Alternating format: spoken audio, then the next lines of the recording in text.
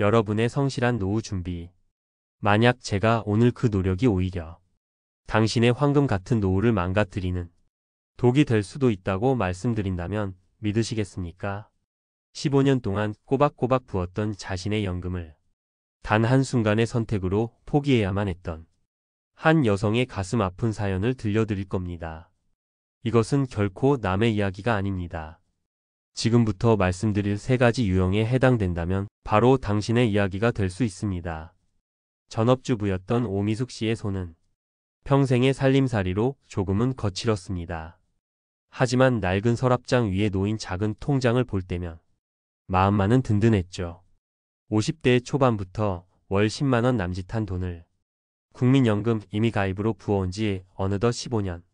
남편에게 기대지 않고 스스로의 노후를 준비한다는 자부심은 그녀에게 큰 위안이었습니다.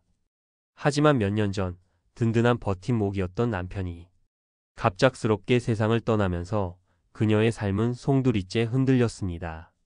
슬픔이 채 가시기도 전에 그녀는 국민연금공단에서 날아온 서류 앞에서 또 한 번 망연자실해야 했습니다. 그녀 앞에는 2가지 선택지가 놓여 있었습니다.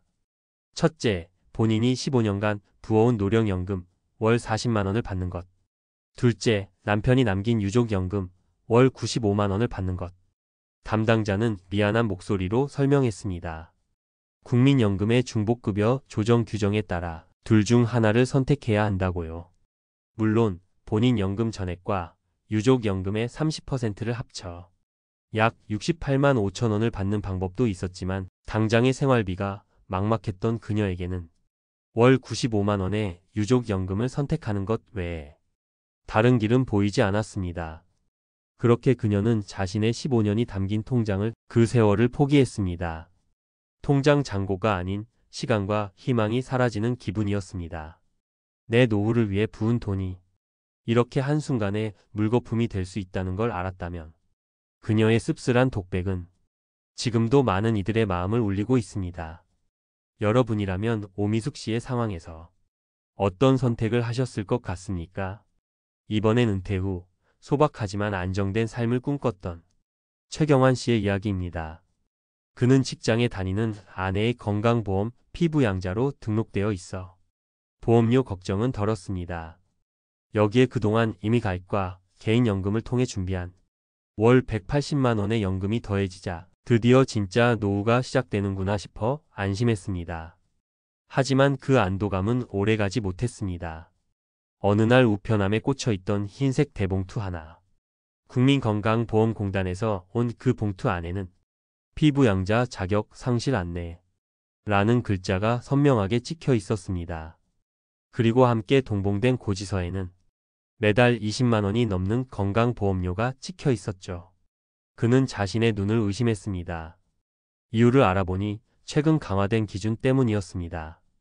국민연금을 포함한 연 소득이 2천만 원을 초과하면 피부양자 자격을 잃게 되는데 그의 연금 소득은 연 2,160만 원.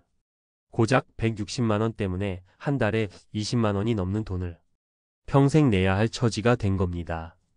엎친 데 덮친 격으로 얼마 뒤엔 기초연금마저 일부 삭감되었다는 통보를 받았습니다. 최근 한 언론사의 보도에서도 지적되었듯 국민연금 수령액이 일정 기준을 넘으면 기초연금이 깎이는 문제 때문이었습니다. 그는 허탈하게 웃으며 말했습니다. 성실하게 노후 준비한 죄밖에 없는데 이건 뭐 상을 주는 게 아니라 벌을 주는 것 같네요. 자, 지금까지 오미숙 씨와 최경환 씨의 안타까운 사연을 들어봤습니다. 아마 마음이 답답하고 불안한 분들도 계실 겁니다. 하지만 지금부터가 진짜 중요합니다. 이분들이 왜 이런 함정에 빠졌는지, 그리고 우리는 어떻게 이 함정을 피해 갈 수 있는지 그 해답을 찾아야 합니다. 두 사례에서 우리가 봐야 할 핵심은 국민연금 제도 자체의 문제가 아니라는 점입니다. 문제는 국민연금이 기초연금, 건강보험, 유족연금 같은 다른 사회보장제도와 복잡하게 얽히면서 선의의 가입자에게 예기치 못한 불이익을 안겨준다는 사실입니다. 첫 번째 함정은 기초연금과의 연계입니다. 내 돈 내고 받는 국민연금 수령액이 일정 수준 2024년 기준으로 월 50만 원을 조금 넘으면 세금으로 주는 기초연금이 최대 절반까지 깎여 나갑니다. 두 번째 함정은 건강보험 피부양자 자격입니다. 최경환 씨처럼 연금 소득 때문에 연 2천만 원이라는 기준을 아슬아슬하게 넘는 순간 갑자기 수십만 원의 건강보험료 폭탄을 맞게 됩니다. 그리고 세 번째, 오미숙 씨를 울렸던 유족연금 중복 지급 금지 함정입니다. 특히 전업주부의 경우 수십 년을 붓는다 해도 배우자의 예상 연금액이 훨씬 크다면 그 노력은 보상받지 못할 가능성이 매우 높습니다. 그렇다면 어떤 분들이 임의가입을 특히 조심해야 할까요? 제가 오늘 영상 제목처럼 절대 하면 안 된다고 단호하게 말씀드릴 수 있는 세 가지 유형이 있습니다. 지금 바로 당신의 상황과 비교해 보십시오. 첫째, 소득과 재산이 적어 기초연금 수급이 확실시되는 분입니다. 굳이 임의가입으로 월 몇만 원, 몇십만 원의 연금을 더 받으려다가 매달 30만 원이 넘는 기초연금을 삭감당하는 것은 그야말로 배보다 배꼽이 더 큰 격입니다. 둘째, 현재 소득이 있는 배우자나 자녀의 건강보험 피부양자로 등재되어 있고 다른 소득과 합산시 연 2천만 원 기준에 근접한 분입니다.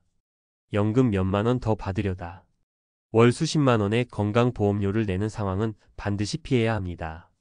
셋째, 배우자의 국민연금 가입 기간이 길고 소득이 높았던 전업주부입니다.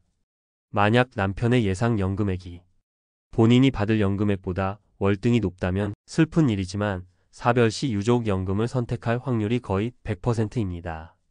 이 경우 임의가입으로 낸 돈은 사실상 사라지는 셈이니 그 돈으로 다른 노후 준비를 하는 것이 훨씬 현명합니다.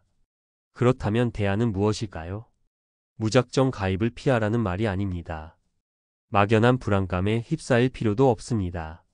내 상황을 정확히 진단하고 더 유리한 방법을 찾는 지혜가 필요합니다. 구체적인 행동 지침 3가지를 제안합니다. 첫 번째, 나의 미래를 숫자로 직접 시뮬레이션 해보십시오. 지금 바로 국민연금공단 내 연금 알아보기 서비스에 접속해서 나의 예상 노령연금액 그리고 배우자의 예상 유족연금액을 반드시 확인해야 합니다. 더불어 정부 24 사이트 등에서 나의 재산과 소득을 기준으로 기초연금 수급 가능성을 미리 점검해 보는 것이 중요합니다. 두 번째, 냉정하게 계산기를 두드려 보십시오. 관련 통계에 따르면 국민연금 최저보험료인 월 9만 원을 10년간 납부하면 대략 월 18만 원 정도의 연금을 받게 됩니다. 이 18만 원 때문에 삭감될 기초연금 액수, 새로 내야 할 건강보험료 액수를 모두 더하고 빼서 실제로 나에게 이득인지 손해인지 꼼꼼히 따져봐야 합니다. 세 번째, 시야를 넓혀 다른 대안을 공부해야 합니다.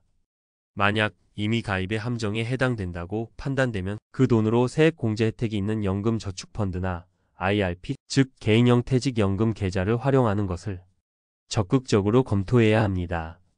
전문가들은 이러한 금융 상품들이 기초연금이나 건강보험 제도와 직접 연계되지 않아 때로는 더 안전하고 효과적인 노후 준비 수단이 될 수 있다고 조언합니다. 국민연금 임의가입은 우리 모두에게 정답이 되는 만능 열쇠가 아닙니다. 어떤 이에게는 든든한 노후의 버팀목이 되지만 오늘 우리가 살펴본 누군가에게는 예상치 못한 인생의 함정이 될 수도 있습니다. 가장 중요한 것은 남들이 다 한다고 해서 좋아 보인다고 해서 무작정 따라가는 것이 아닙니다.